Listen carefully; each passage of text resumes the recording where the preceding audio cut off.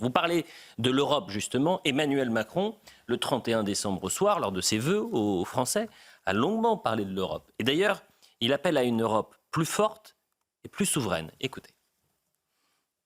Nous aurons à faire le choix d'une Europe plus forte, plus souveraine, à la lumière de l'héritage de Jacques Delors.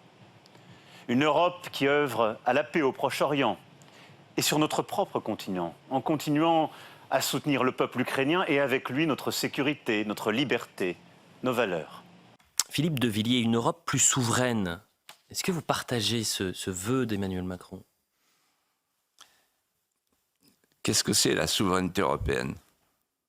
Ça n'existe pas. Et je vous explique pourquoi.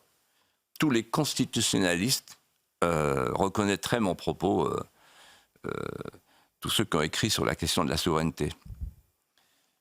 Je ne veux pas faire un cours, mais dire très simplement les choses.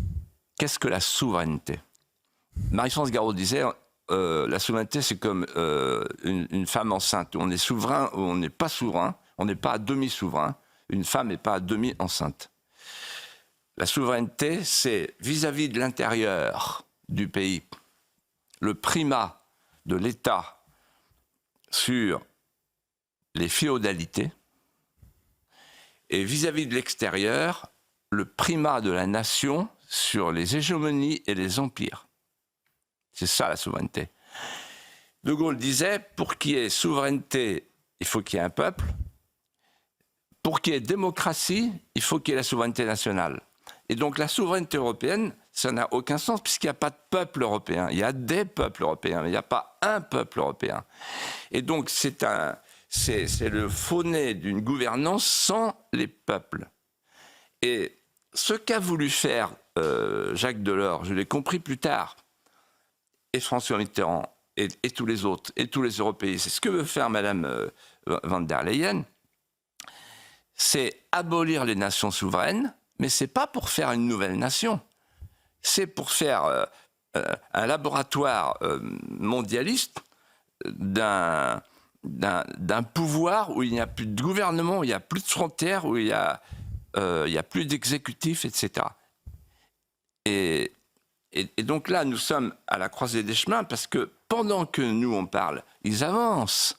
Et qu'est-ce qu'a voulu dire Emmanuel Macron, le président d'Iskobol devant les Jeux Olympiques ?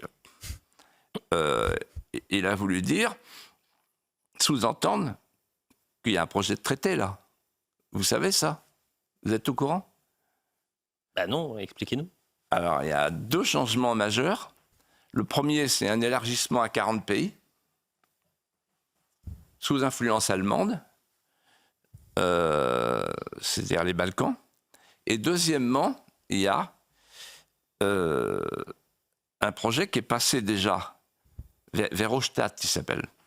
Il est passé au Parlement, là, il y a 15 jours. Et ce projet, c'est la fin du vote à l'unanimité en matière de défense et de politique étrangère. Donc c'est la fédéralisation. Et également, le président de la Commission devient le président de l'Union. C'est la fédéralisation de l'Europe. Voilà. Donc c'est la grande question qui est devant nous. Et donc, en fait, Emmanuel Macron se rêve, Elliot, en président des États-Unis d'Europe. C'est une formule qui méritera d'en débattre un petit peu. On l'a vu au vœu. Vous savez, Juvénal disait, quand un empereur ne sait plus quoi faire pour tenir son peuple, il fait Panem et Kirkenes. Donc il nous a fait la préouverture des Jeux. Mais derrière le décor, parce qu'il n'y a que le décor qui comptait avec l'alignement des drapeaux des Jeux Olympiques, il y avait cette idée de la souveraineté européenne. Et la souveraineté européenne, ce n'est pas perdu pour tout le monde. Il veut être président des États-Unis d'Europe. Moi, je le sais de sources sûres. Bon, en tous les cas, c'est une sensation. Vous savez qui dit ça dans les couloirs de... Non, mais pour l'instant, ça n'a pas été... Ben, c'est sa copine, l'impératrice van der Leyen. Bon, bah écoutez, c'est un peu surprenant, évidemment, comme analyse. Mais j'attends d'être démenti.